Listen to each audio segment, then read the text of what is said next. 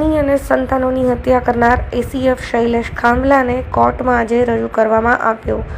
ACF Shailesh ખાંભલાના narco ટેસ્ટની માંગને લઈ કોર્ટ પાસે વિચારવા માંગેલ સમય પૂરો થયા બાદ કોર્ટમાં ફરી એક વખત રજૂ કરવામાં આવ્યો. કોર્ટમાં જજ સમક્ષ આરોપીએ નાર્કો ટેસ્ટ માટે ના પાડી અને રડવા લાગ્યો ને આક્ષેપ કરવામાં આવ્યા. પોલીસ ઉપર પણ શૈલેષ ખાંભલાએ ગંભીર આક્ષેપો કર્યા. પોલીસ તેનું એન્કાઉન્ટર કરી નાખશે તેવી વાત પણ જજ સમક્ષ કરી. શૈલેષ ખાંભલાએ જજ સમક્ષ પોતે પણ મરી જવાની કરી વાત. નાર્કો ટેસ્ટની ના પાડવામાં આવતા શૈલેષ ખાંભલાને જેલ હવાલે કરવામાં આવ્યો. Zahid Syed, reporter 24 news, Bhavnagar.